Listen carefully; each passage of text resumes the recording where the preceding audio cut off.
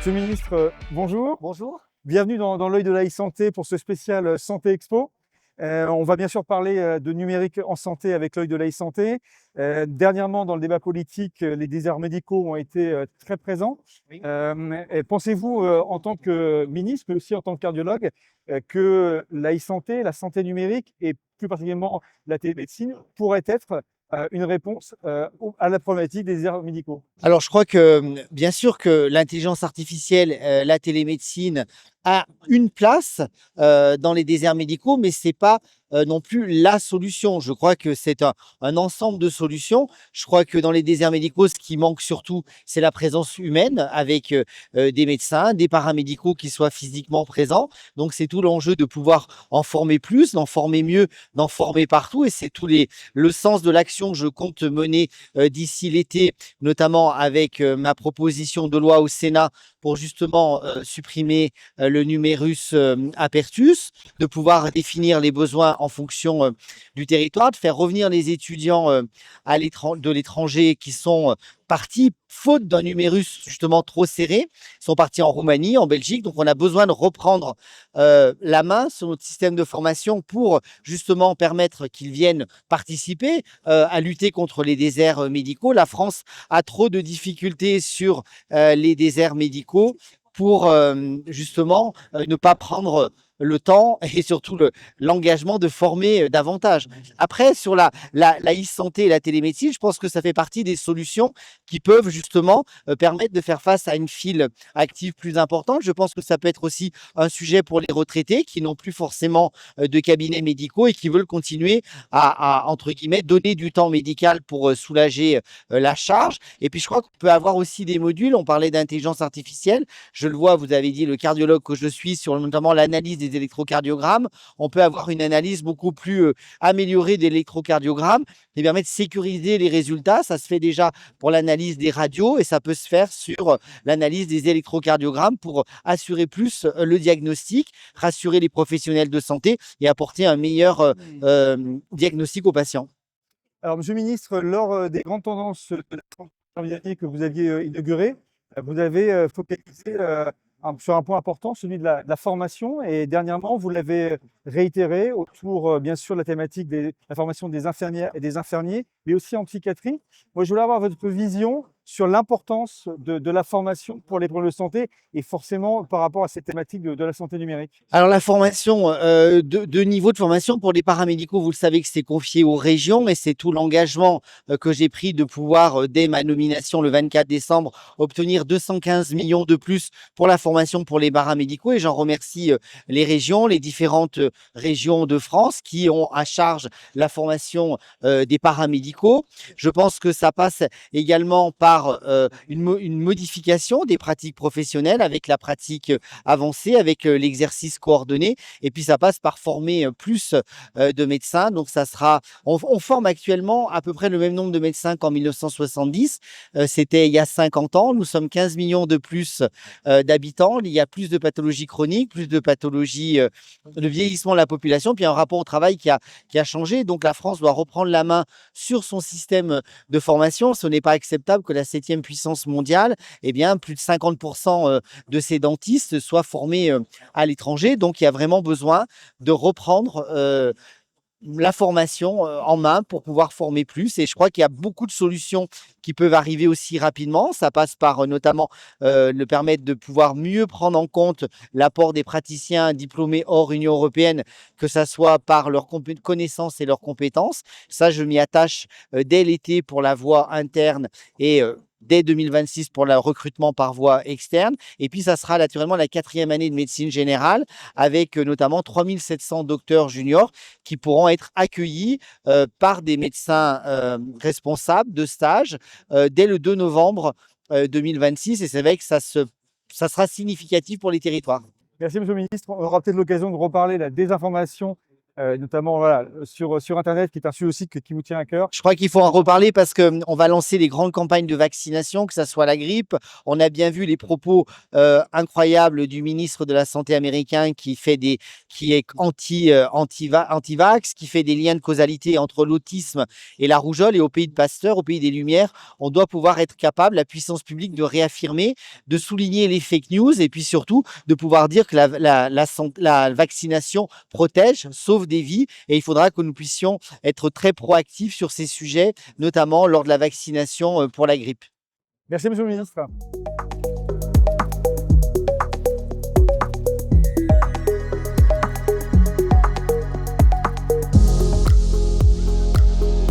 Je suis aujourd'hui très heureux de vous annoncer que Curity a réalisé donc l'acquisition de la société Continuum Plus fondée par Guillaume Gault, que je vais laisser se présenter. Donc Curity, pour rappel, c'est le leader européen de la télésurveillance en oncologie. On développe, bien au-delà de la télésurveillance, une plateforme de soins oncologiques ambulatoires. Notre ambition, c'est de digitaliser tous les processus cliniques associés à la prise en charge ambulatoire du cancer. Et la réunion de Curity et Continuum, qui s'est faite sous une communauté d'esprit et de valeurs, c'est donc aujourd'hui plus de 40 000 patients qui ont été accompagnés en France. C'est plus de 170 établissements de santé partenaires, dont 160 en France. C'est au niveau des offres proposées par nos sociétés respectives. Je laisserai Guillaume présenter plus en détail son offre, mais c'est surtout une offre qui est à l'origine hospitalo-centrée avec le logiciel Curity et qui va permettre d'intégrer les soignants de la ville grâce aux services développés par Continuum, de façon à proposer une prise en charge numérique coordonnée à l'ensemble des patients atteints de cancer, dans la logique de pouvoir mobiliser les acteurs de la ville, que sont l'infirmière libérale et le pharmacien de ville. Et donc, toute l'équipe Curity est évidemment très très heureuse de cette opération et d'accueillir Guillaume et ses équipes pour construire la suite du projet. Bien, bonjour à toutes et à tous. Merci François. Ravi de pouvoir rejoindre l'aventure de Curity. Donc en effet, on s'est rapproché de cet acteur leader de son marché de la télésurveillance médicale en oncologie, pour rapporter une brique en fait essentielle qui est le virage ambulatoire, à la fois des thérapies orales et aussi des thérapies injectables, en associant les professionnels de santé de proximité. Et c'est ça notre marque de fabrique. Comme vous le savez, nous sommes les spécialistes de parcours coordonnés renforcés. Et donc on s'inscrit pleinement dans cette démarche de construire le meilleur des deux, de Curity et de Continuum Plus, pour proposer aux patients, aux établissements de santé et aux professionnels de santé en ville comme à l'hôpital, le meilleur du suivi, de l'accompagnement des patients, en associant toujours le numérique à l'humain. Donc nous, on va apporter notre touche, notre ADN patient qui est extrêmement fort, puisqu'on travaille avec des associations de patients, on travaille aussi beaucoup avec des représentants des patients pour pouvoir proposer les meilleures solutions de parcours sur mesure.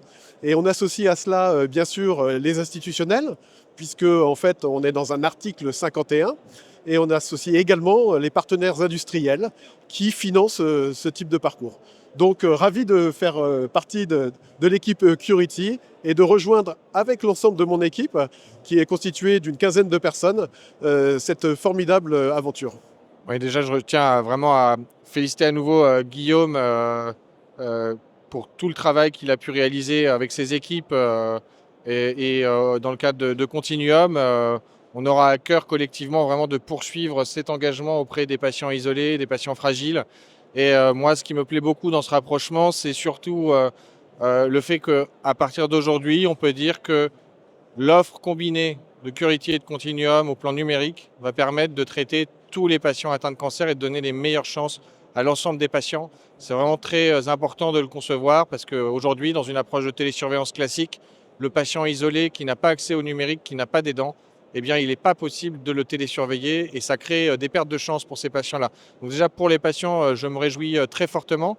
Ensuite, sur le volet plutôt critères classiques d'une entreprise, je dirais que déjà l'offre de Continuum, par son originalité, par sa force de pouvoir combiner la participation de l'infirmière de ville, du pharmacien de ville, Ça a été une offre qui a été soutenue et achetée et promue par les industriels du médicament en partenariat avec les associations de patients. Et nous sommes très heureux de pouvoir bénéficier des relations exceptionnelles qui ont été construites au fil des années par Guillaume et ses équipes auprès des industriels du médicament. Et je crois que le combiné des deux va pouvoir aller un cran au-dessus. En tout cas, c'est l'objectif sur le volet industriel. On vise 3 millions de chiffres d'affaires avec l'industrie du médicament sur des parcours coordonnés accompagnés en France à horizon 2026. Deuxième élément, si je reste sur les chiffres, les revenus annuels récurrents des deux entreprises, quand on annualise nos revenus mensuels récurrents du mois de juin, ça totalise 9 millions d'euros. On vise à nous deux, à fin d'année, 12 millions d'euros de revenus annuels récurrents en fin d'année en termes de run rate, un taux d'exécution, avec un équilibre financier. Nous sommes même cash flow positif à partir du mois de juin et on vise à peu près 15% d'EBITDA à fin d'année.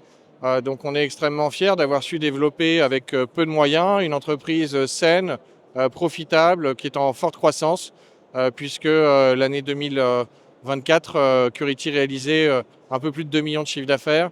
Donc c'est un bond énorme, très conséquent, que l'on doit à la qualité du travail de nos partenaires établissements de santé qui ont travaillé à nos côtés pour pouvoir déployer à l'échelle la télésurveillance, mais aussi au travail des équipes de Curity et maintenant des équipes de Continuum qu'on intègre à cette forte croissance. Et donc on est extrêmement heureux de pouvoir compter sur les forces vives de Continuum et sur cette offre de services différenciante, tant sur le plan des affaires que pour l'intérêt du patient en lui-même et la préoccupation des établissements de santé sur ce volet des patients isolés. On est ravis et on va pouvoir intégrer un nouvel ensemble et constituer une entreprise de 80 personnes d'ici la fin de l'année. Et on espère bien plus demain. Encore une fois, pas pour la beauté des chiffres, hein, c'est pour d'abord servir mieux le patient, arriver à un niveau d'impact attendu pour pouvoir mettre à l'échelle les solutions, parce qu'on croit à ces solutions. On croit qu'elles apportent un gain significatif en termes de qualité de vie, de confort du patient, de meilleurs traitements, de moindres effets indésirables, et puis aussi qui aident énormément les professionnels de santé à l'hôpital pour s'appuyer sur ces parcours. Et demain, en intégrant la ville, les pharmaciens d'officine, les infirmières libérales, eh bien, on aura un véritable continuum de soins entre la ville et l'hôpital. Donc c'est ça l'ambition, c'est des chiffres bien sûr pour une entreprise, mais c'est aussi des chiffres pour la santé publique et la transformation de notre système de santé.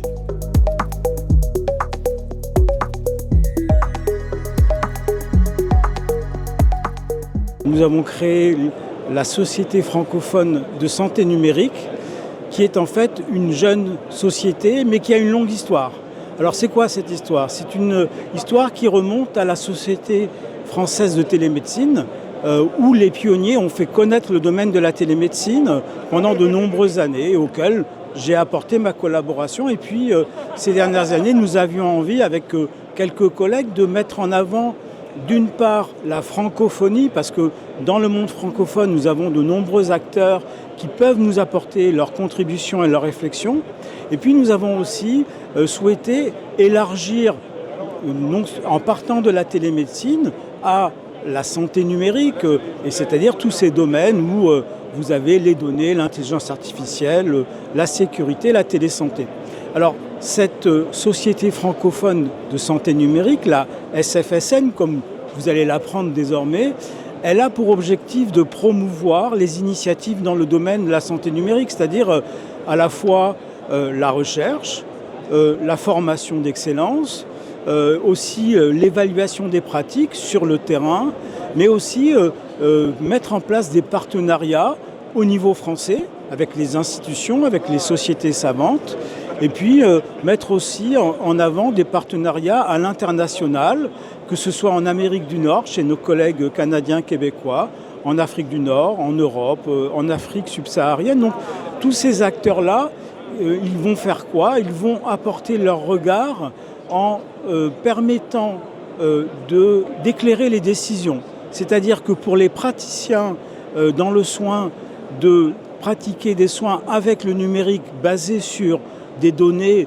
probantes, sur les connaissances du domaine, et puis pour éclairer aussi autant que possible les décideurs au niveau national, voire international. Et il nous semblait que c'était nécessaire de créer cette société parce que aujourd'hui, on a un fort engouement, un fort développement du monde socio-économique, des startups, des entreprises, et c'est très important que ce soit le cas. On a aussi des personnes qui sont des experts, qui connaissent très bien le sujet et qui sont convaincus. Et il faut qu'on éclaire par leur expertise en s'appuyant sur les données de la science au sens large du terme et d'avoir un regard, on va dire, distancié, sinon critique, mais quand même bien sûr bienveillant, vous me connaissez.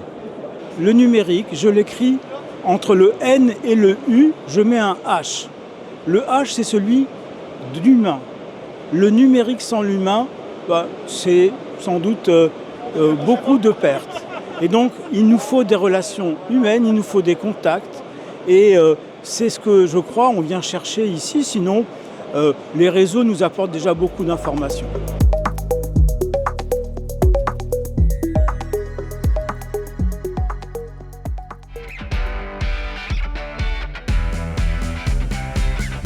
Vous êtes le directeur général du MIPICIB, enfin, je devrais dire ex-MIPICIB, puisque en cette première journée de Santé Expo, eh bien, vous avez décidé eh bien, d'annoncer votre nouvelle marque Numi. Et bien sûr, ça nous semble important dans l'œil de la santé de mieux comprendre la signification eh bien, de cette nouvelle marque Numi. Alors, c'est pas Numi, c'est Numi France, notre marque. Numi France de manière globale. Donc, effectivement, nous avons changé de nom, NUM pour numérique, I pour innovation, intelligence artificielle, intelligence collective, H pour l'hôpital évidemment, mais aussi pour l'humain parce que c'est vraiment l'intérêt général que nous servons. Ce changement de nom, ce changement de marque, c'est bien plus que cela, puisque c'est aujourd'hui la présentation de notre vision pour une santé numérique plus éthique, souveraine et responsable. Il y a forcément une information qui m'a interpellé lorsqu'on a préparé, en fait, il y a encore quelques heures, parce que vous avez gardé le nom il y a encore quelques heures avant Santé Expo, eh bien, c'est l'annonce d'un investissement de plus d'1 milliard d'euros d'ici 2030 eh bien, pour faire évoluer, pour transformer en fait, vos solutions et répondre aux enjeux des acteurs de santé. Est-ce que vous pouvez nous décrire l'ambition de ce projet ? Oui, tout à fait. En fait, bien plus qu'une révélation de marque et de nom, en fait, nous présentons également notre projet stratégique Métamorphose. Métamorphe, apostrophe OSE, OSE pour oser, osons faire évoluer notre système de santé. Donc on s'adresse à la fois à l'ensemble de nos collaborateurs, mais l'ensemble de nos adhérents. Et donc ce projet de transformation stratégique Métamorphose vise à justement permettre d'accélérer l'innovation au travers du développement de nos offres, au travers de l'intelligence artificielle et dans toutes nos offres. Donc on investit exactement 1 milliard d'euros effectivement sur 5 ans pour venir accélérer l'intelligence artificielle, même si on a déjà beaucoup investi depuis 2 ans, le développement de nos offres, à la fois sur l'intégralité du champ hospitalier, puisqu'aujourd'hui il existe une offre chez Numi France qui permette déjà d'être totalement intégrée, souveraine, éthique, et on investit également dans le Secnum Cloud, puisque vous savez que nous avons cette ambition d'obtenir le Secnum Cloud, et donc au total c'est effectivement 1 milliard d'euros qui vont être investis au bénéfice de nos adhérents, puisque vous savez le Numi France c'est l'alliance de plus de 1000 établissements adhérents à ce magnifique groupement, et c'est grâce véritablement à l'ensemble de cette puissance à l'échelle nationale qu'on a cette capacité effectivement de pouvoir investir autant dans le cadre de ce projet magnifique Métamorphose. Alors Mostafa, vous venez de le décrire, vous parlez de bien sûr ambition nationale, vous l'avez rappelé, le nom Numi France, mais ça ne s'arrête pas qu'uniquement en France, puisque vous avez annoncé donc dernièrement une collaboration importante, un projet stratégique avec la Fondation Mohamed VI, qui est je crois présente aujourd'hui à Santé Expo. Est-ce que vous pouvez nous expliquer d'abord ce partenariat et puis également peut-être les ambitions? Est-ce qu'il y aura demain un Numi Maroc ou un Numi sur d'autres pays? Alors on restera Numi France quel que soit l'endroit où on sera, ça c'est sûr et certain. Et effectivement, on l'a annoncé dans la presse récemment, nous avons signé un partenariat stratégique majeur d'ampleur avec la Fondation Mohamed VI des sciences et de la santé au Maroc. et qui vise dans le cadre d'ici à 2030 justement, puisque le Maroc co-organise la Coupe du Monde avec le Portugal et l'Espagne. Et en fait, le Maroc est en train de développer le pays de manière extraordinaire et toutes les villes qui vont accueillir des compétitions seront top d'un point de vue infrastructure touristique, mais également sur la santé digitale. Et donc c'est là qu'intervient la Fondation Mohamed VI des sciences et de la santé, avec un formidable projet d'abord sur Rabat, la construction d'un hôpital universitaire international que nous allons accompagner en digitalisation, ensuite Casablanca et puis tous les hôpitaux universitaires de la Fondation Mohamed VI. Ce partenariat d'ampleur est sur cette partie, sur la recherche, l'innovation et aussi sur la formation, parce que la Fondation Mohamed VI des sciences et de la santé forme les médecins, les infirmiers, les ingénieurs du Maroc. Donc c'est vraiment un objectif pour nous. On a décidé à l'international de se développer là où ça fait sens. Vous savez, on est un groupement d'intérêt public, on ne recherche pas forcément l'argent. On a besoin évidemment d'argent pour pouvoir nous développer, et c'est le cas du projet Métamorphose, mais on fait là où ça fait sens, là où il y a des partenariats stratégiques entre eux et nous de manière générale. Donc on le fait au Maroc, mais on le fait également avec Djibouti, puisque j'ai signé un mémorandum avec le ministre de la Santé de Djibouti qui vise à digitaliser tous les établissements de santé du pays également. Bien, merci Mostafa pour cette interview en marchant et à tout de suite sur le stand de d'UMI-France pour parler d'IA. Merci Jérôme Leleu et puis merci à l'œil de la e-santé. Merci Mostafa, à tout de suite.